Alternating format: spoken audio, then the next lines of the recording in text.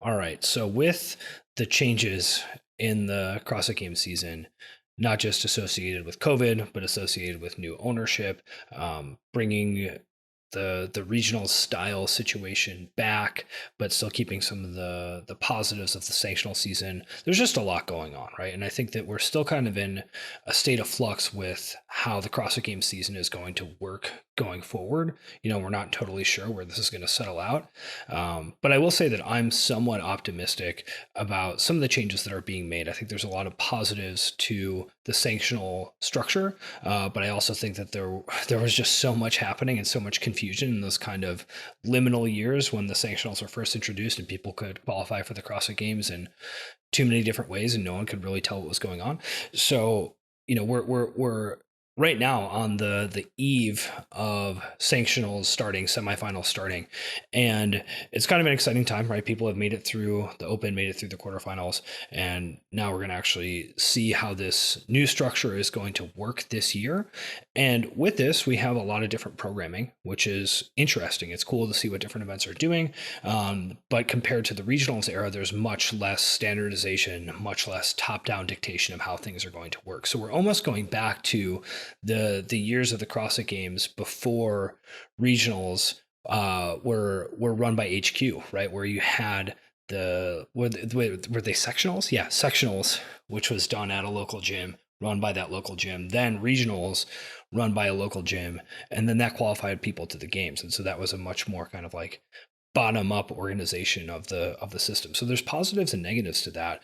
So we just kind of wanted to talk through some of the different things that we're seeing with the programming and what we think might be good and bad about the new system. So John, you're coaching a bunch of folks who are actually competing coming up soon. What is your take on this iteration of the CrossFit Games qualification system? So it's interesting. This is the first year we've had a kind of structure that everything is regulated post regionals. So the last 2 years have been kind of, all these sanctional events that there are different ways to qualify for those events, and then those qualify you for the games. And there was never really a structure since regionals. Now we're looking at this kind of regionals-esque structure. You're kind of in your region. If basically anywhere outside of North America, you have your regionals. In North America, there's an element of it doesn't exactly matter where you live. I know they picked people's events partially based on where they live, but also partially on their personal choice. So you could pick which was your favorite to go to. And we're going to be in a situation where there's teams and individuals qualifying for the games who have done very different events leading up to it. So everyone did the open, everyone did the quarterfinals, but the semifinals are vastly different from the programming that's come out so far. And it's just, we're kind of in that hybrid between regionals was very structured, everyone did the same workouts. You knew that all the teams going to the games had to jump through the same hoops to get there. Now, when it switched to sanctionals, it was very different. All these different events. Some had swimming, some had long runs, and now we're in that hybrid where every event seems to be solely in a single venue. There doesn't seem to be any swimming, biking, outdoor running, anything like that. It's all kind of kept to one location. The same way that regionals was, and I think there's benefit to that. But at the same time, we're seeing these different events programmed differently and put out different tests. And we're going to end up with a group at the games who have not done the same things to get there.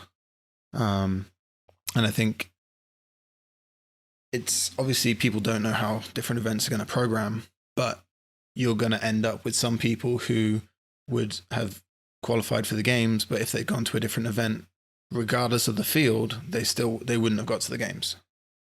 And I don't know if that's a good thing. I don't know if it's an inconsequential thing.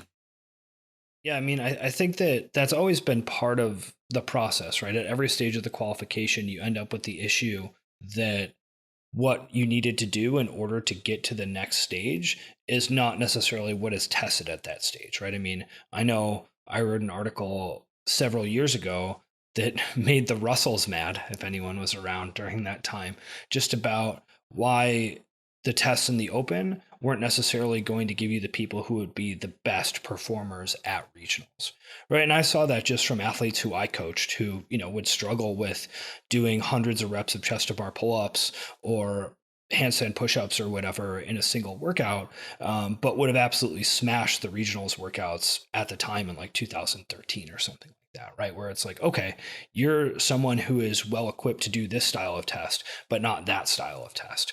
And that the idea that, oh, it's just fitness and everything is kind of the same, is just clearly not true to anyone who's coached enough people, right? And we've historically seen this at the CrossFit Games in particular, where to get there, it's like, okay, you do a lot of burpees, you do a lot of power cleans, maybe you do some running on like a assault runner or a true form or something. But then you get to the CrossFit Games and it's like, guess what? You have to run like 8 miles over the course of a weekend. You ride a bike, you swim a bunch, you carry odd objects around. And there's just a lot of stuff that, kind of like short armed people with great muscle endurance and like poor coordination, but who can like swing around on a pull-up bar. It's like, yeah, they're not great at swimming or carrying like huge strongman objects around. Like they're just really good at burpees and power cleans. And so that's historically been part of the sport. And it is something that is a problem, I think, no matter how you slice it, right? Like, how are you going to actually test the things that you are going to test at each stage of the competition? You just can't do it logistically. So I guess I don't see how this is that much different than what it has been. Yeah, and I mean that's true to an extent. And there's always, the open is always going to be limited in terms of equipment, and what is realistic to test people on. And the jump from open to regionals is always going to be different, and regionals to games. And I think, regardless of how this is structured, you're still going to see the same, 20 to 30 individuals at the games who are always there. It doesn't matter how it's structured, what tests come out, that the top 20 at the games are always there, right? Yeah, but that's when you start to. I was going to say, but that's the rebuttal from HQ. Is always we put the people on the podium. We always, and then if you have put people on these smaller podiums at these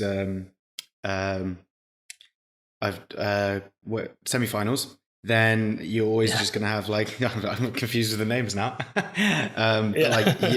That's that. Like they'll always be like, well, the winner of the games is the fittest person on earth, and everyone the sort of.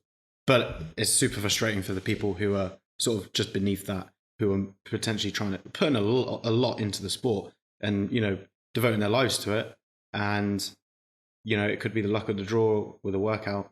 But yeah, sorry to interrupt there, John.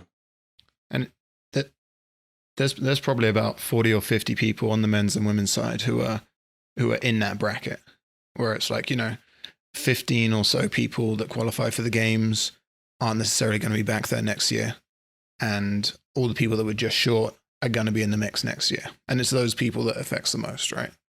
It doesn't matter what workouts come up for Tia. It doesn't matter where she has to go to or anything like that. She's going to be at the games and likely winning the games. But that kind of bracket of 40 athletes who are bubble games athletes is where it really comes in. So looking at the events that have been released so far for semifinals,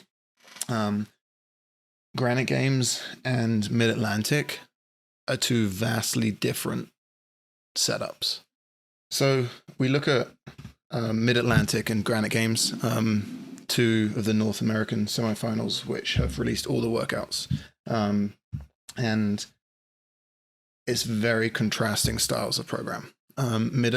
Mid-Atlantic, for the individual events, have 3 events, which have 15-minute or higher time caps. They have a 15, an 18, and a 27-minute time cap on 3 of those events. The longest time cap in Granite Games for individuals is 12 minutes. So they've released 6 workouts. One of them is a max lift. One of them, sorry, it's 13 minutes. One of them is a 13-minute cap on a workout with a 2-minute rest, and then a 6-minute cap workout after that rest. And then, yeah, all the other ones, 7, 8, whatever that one is, 9. No, they're very short workouts. And you're going to see different results from that. If you're an athlete who is better at the longer duration workouts, better with the aerobic capacity, better at high volume workouts, you're going to struggle at Granite Games because it's very much a high power output, higher speed kind of program or events. Whereas you look at the kind of volume that's in them. One of the Granite Games workouts has 24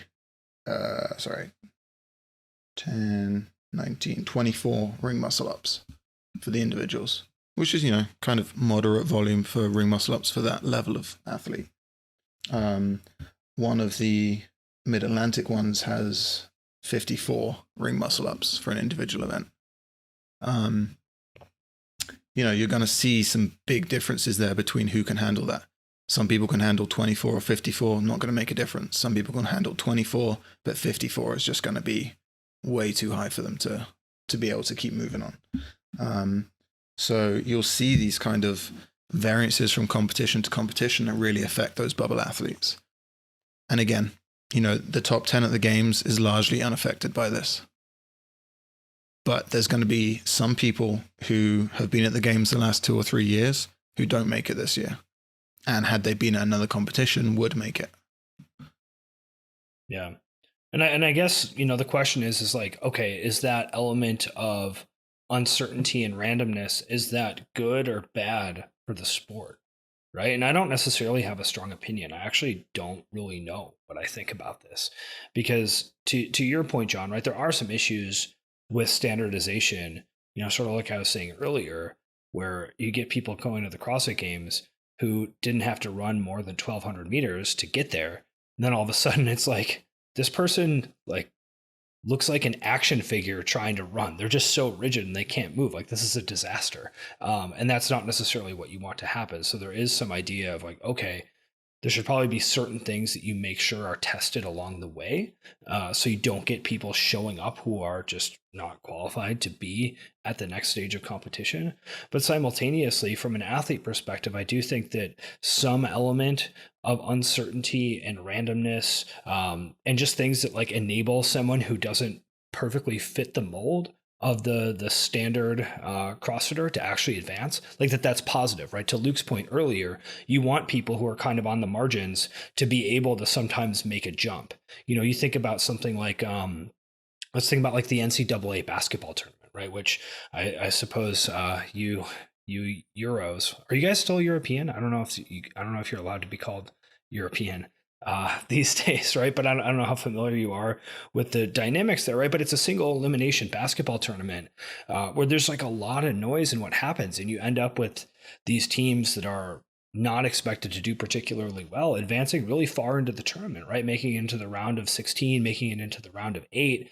Same thing happens in the World Cup sometimes, right? Someone manages to sneak out of a group stage, wins a few games, and it's like, whoa, why is, Bolivia this far in the tournament? It doesn't make any sense. And that's exciting for people, and it's also potentially good for the sport. You have the FA Cup, which is, I think, everyone's favorite football competition in the UK because it's exactly the same concept.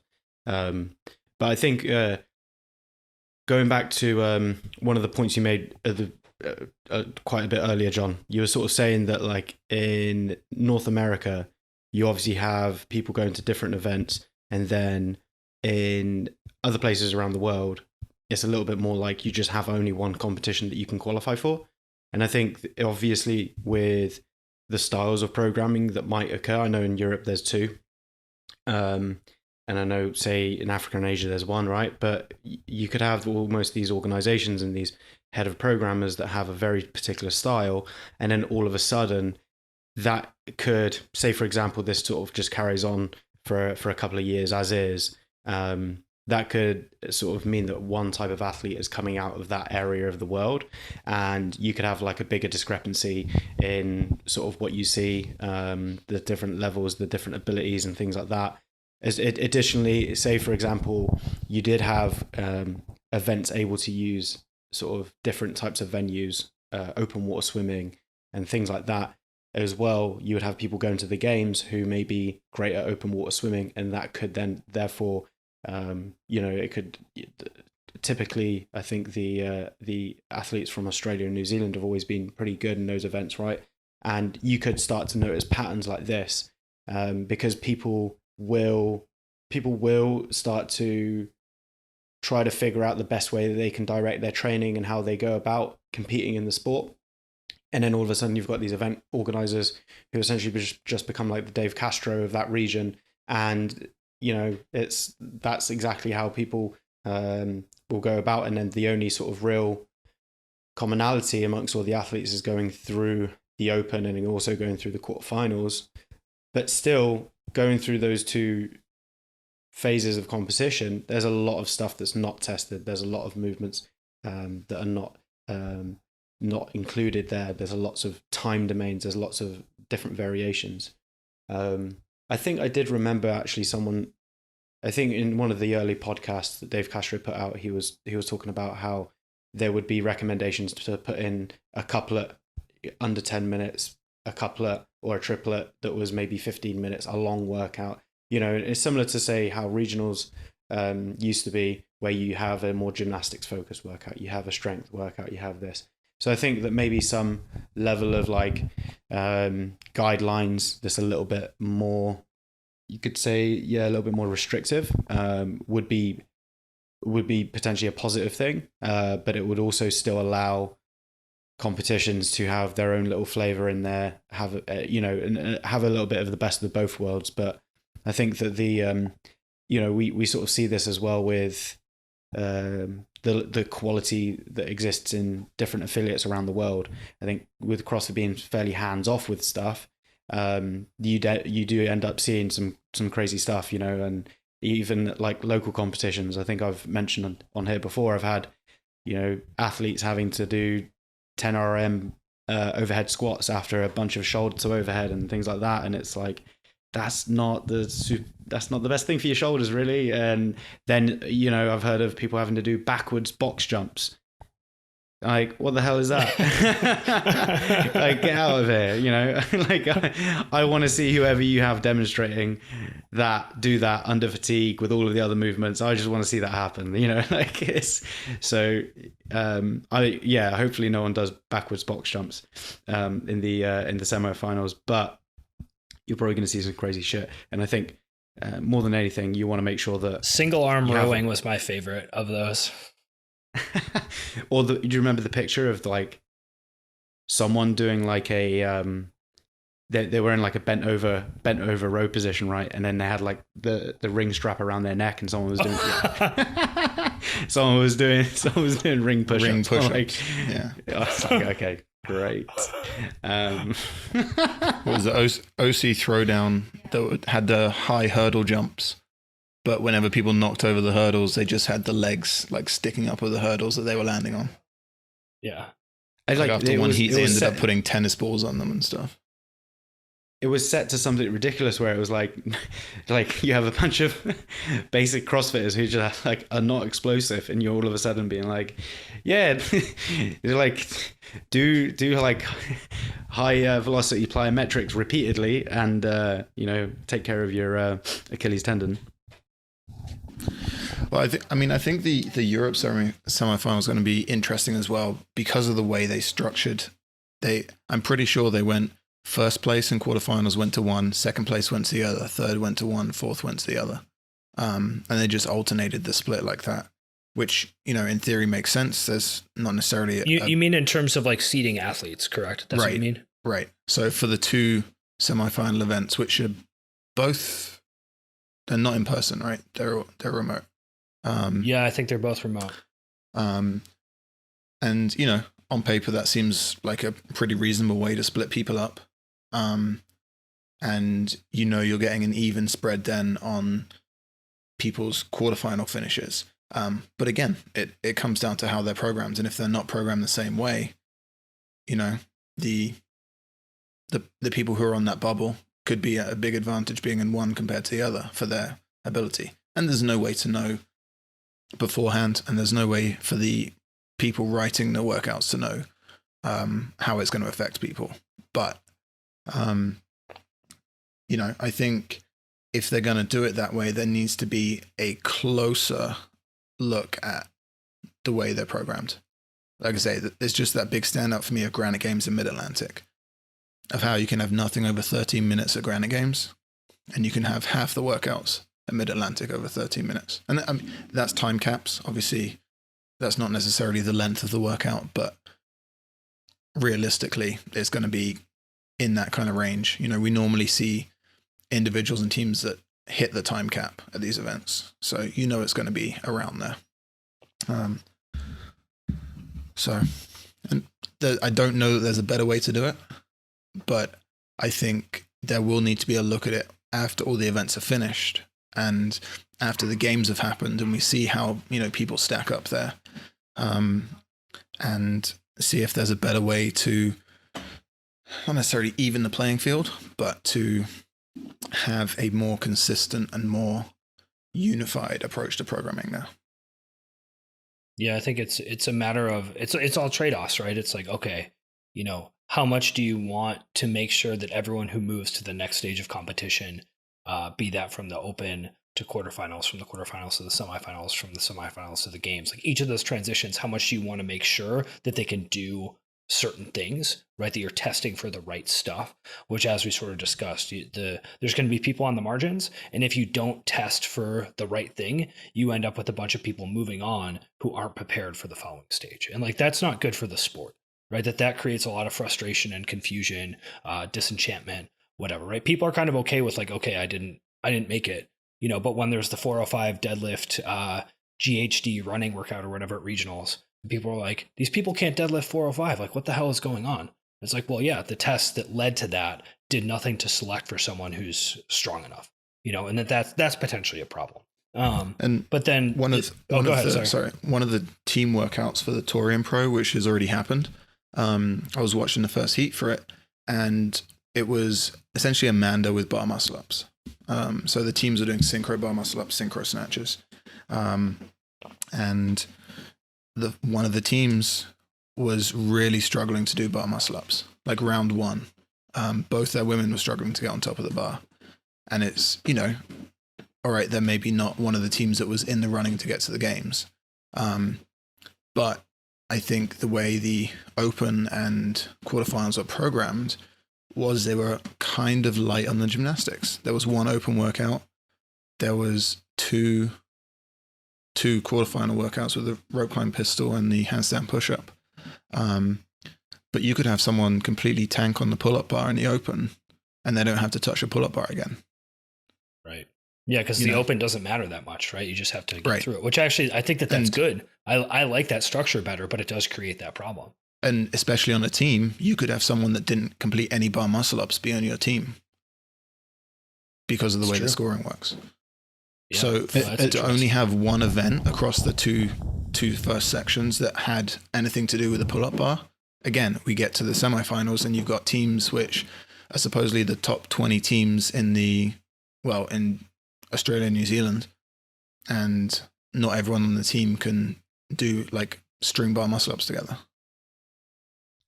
Are different competitions taking a different stance on like the programming for teams? Because I think obviously you have like the old school way where it was like partition as needed, and then you'd have, you know, some absolute machine on certain movements, and you'd have like these specialists.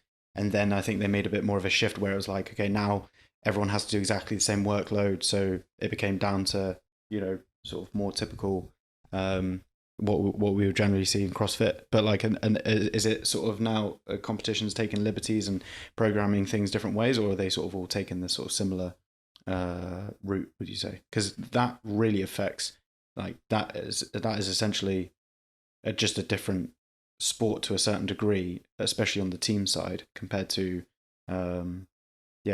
like the individual competition. Granite Games released all the workouts, and the only synchro stuff on the teams, I think, is the stuff that involves the worm. I think everything else, all the other events, are individuals working. There's no like synchro work. Whereas I know Touring Pro, like I haven't looked through all the Touring Pro workouts, but I know they have synchro. They have synchro things. Like event 1 was synchro bar muscle ups and synchro snatches for all 4 people at the same time. Yeah, because that's something that's like that just adds a different dimension to the testing if you're adding in that type of stuff. And I think that's something that just really needs to get ironed out so that there's a lot more clarity for the sort of competition organizations.